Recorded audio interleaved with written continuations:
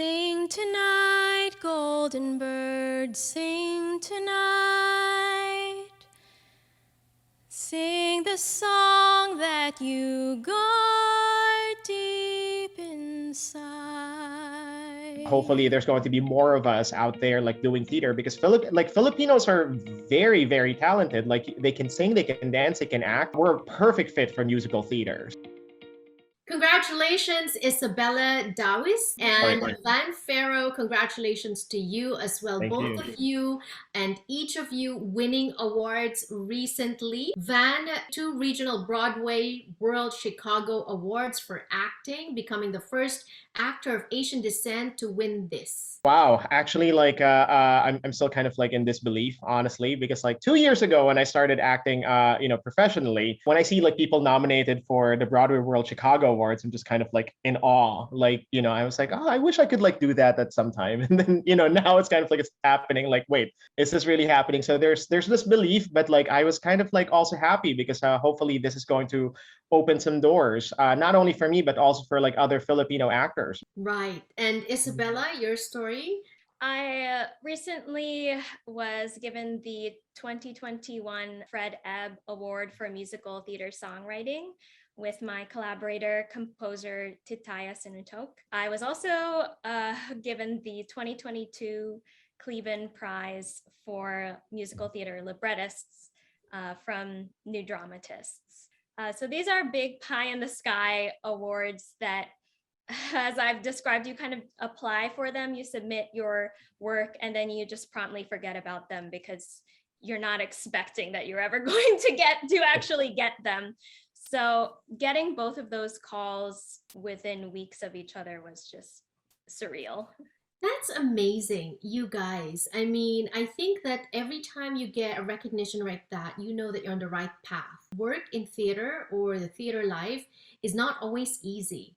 In fact, it's probably more difficult, more challenging than easy, right? How did you get into this? When I was a kid, I wanted to be a diplomat, but like I actually caught the acting bug when one of my close friends lent me a copy of Gone with the Wind. So like after watching that movie, I'm like, that's what I want to do. I want to go into acting. In our college, we had like a theater troupe, so I decided to join that, and then from there, just kind of like network my way to like community theater, and then to like acting classes and all that. So I kind of like learned how to get work.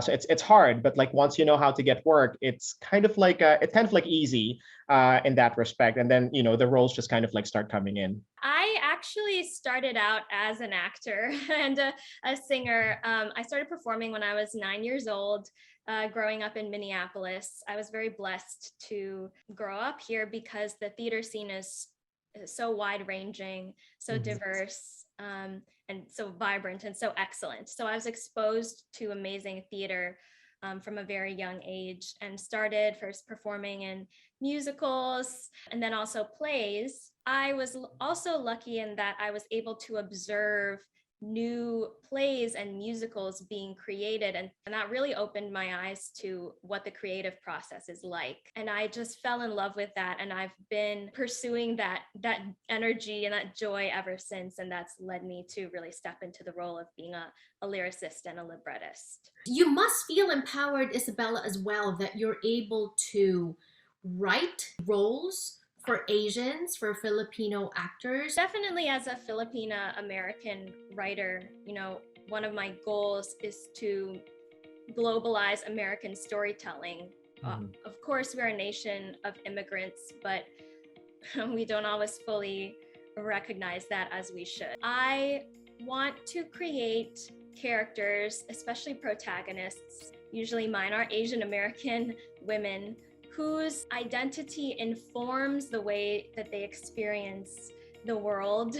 For example, my musical Half the Sky, the main character, the protagonist, is an Asian American woman who has huge, central, difficult, challenging relationships with her mother and sister, which I find to be very much, of my experience as a Filipina woman and as an Asian American, experiencing these generational differences. Van, how is being Filipino contributing to the way you give life to your roles?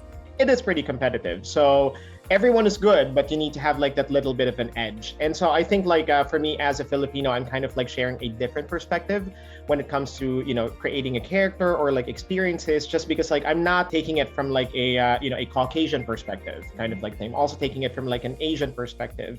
And I think that's the thing that kind of like gives my my characters a different flavor, pretty much something different from what people would normally see in theater.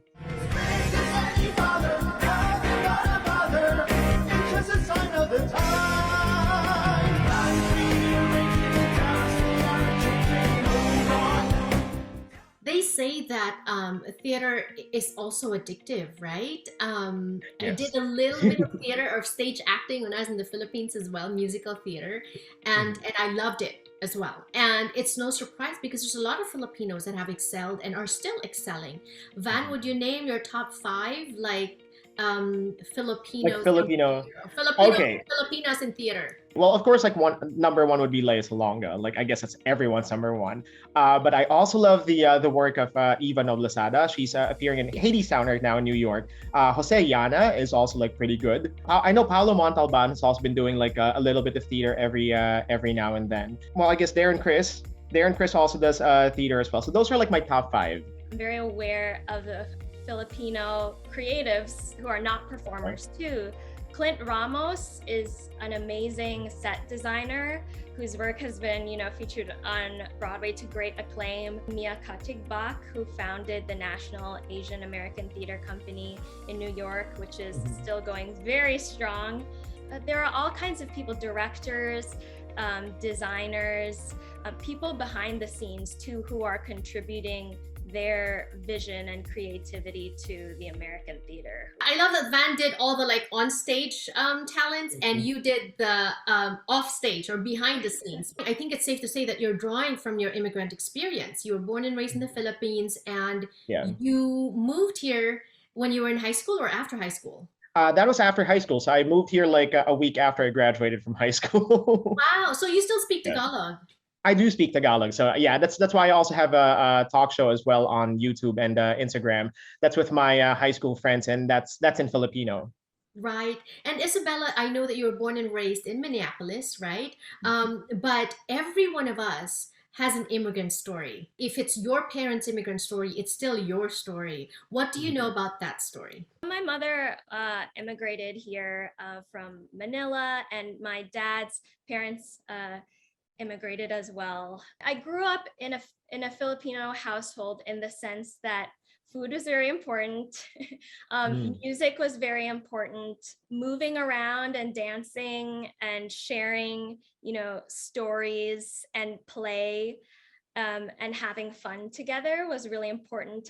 I think of that as a very Filipino trait. I like what you said, that you were raised in that household where music was important, play was important, movement and dancing. In fact, last night after a long day of work, came home and my kids were dancing. That was actually the first thing. And then karaoke. It's like you didn't grow up Filipino if you didn't have like karaoke at home. But still, you guys are making us proud. Thank you for sharing your immigration story. But then again, you're also making us proud because of the way you're representing us. And I know that it hasn't been easy. Up to this point, Van, can you recall some of those moments where maybe you thought maybe it's not for you, maybe you made the wrong decision to get into theater, maybe it's time to stop? Actually, that was my mom who was kind of like doing that. Like when I told her I was going to go professional with acting, she actually like stopped me and she was like, "Hey, if in 2 years and you're still kind of like not, I guess like not getting roles or you're not getting paid to do it, kind of thing, can you just like stop?" And I kind of told her like, "Well, this is a lifetime career. Like, it's not like you're going to expect somebody to be like winning awards like 2 years into it, kind of like thing." Did you encounter that what Van mentioned about his mom? It's funny because when I received these awards, one of the first things that I thought of was, at least my family has something tangible that they can hold on to and and understand, because especially as a writer, people don't understand what that means in the same way that if you say I'm a doctor or I'm a lawyer, the recognition is something that I know that the people who love me can be proud of this, and that they understand that the people in my field wanted to shine a spotlight on my work. That really means something. If you want to go into acting, make sure that you treat it not only as an artistic endeavor, but also as a business.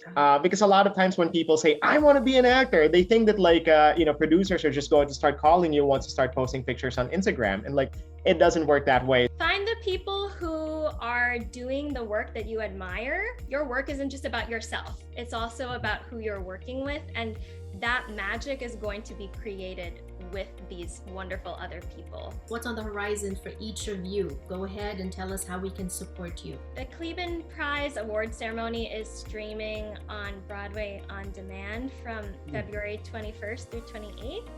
So you can go and check that out. If you're in New York City, I am going to be part of a concert. A musical theater factory is producing a concert featuring one of my musicals, Half the Sky, at Joe's Pub in the Public Theater. So that's Monday, February 28th. And then apart from that, I feel very lucky that I get to travel and develop my work. So I'll be traveling around the country to different writing residencies and retreats, getting ready to get these shows on their feet. That is so exciting. And when we can watch those shows, do let us know. You have an open invitation here to talk to us and talk to our audience and our followers so that we can support you.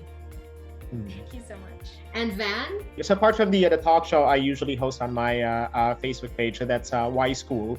So it's about like millennial issues right now. So I'm also active with two virtual theater companies, so Actor Page and Ubiquitous Players. So that's where we do like basically virtual theater. So we do act on Zoom.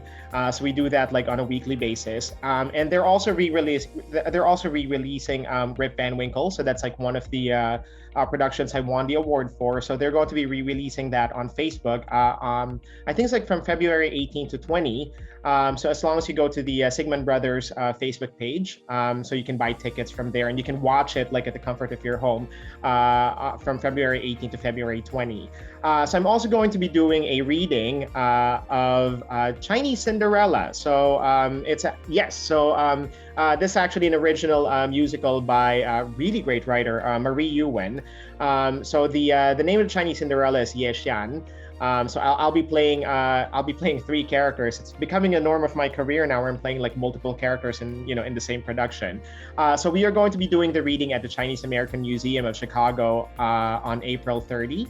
And that's basically being produced by In-Area Communications by Irene Kualoping, who is one of the champions of Asian Americans in Chicago.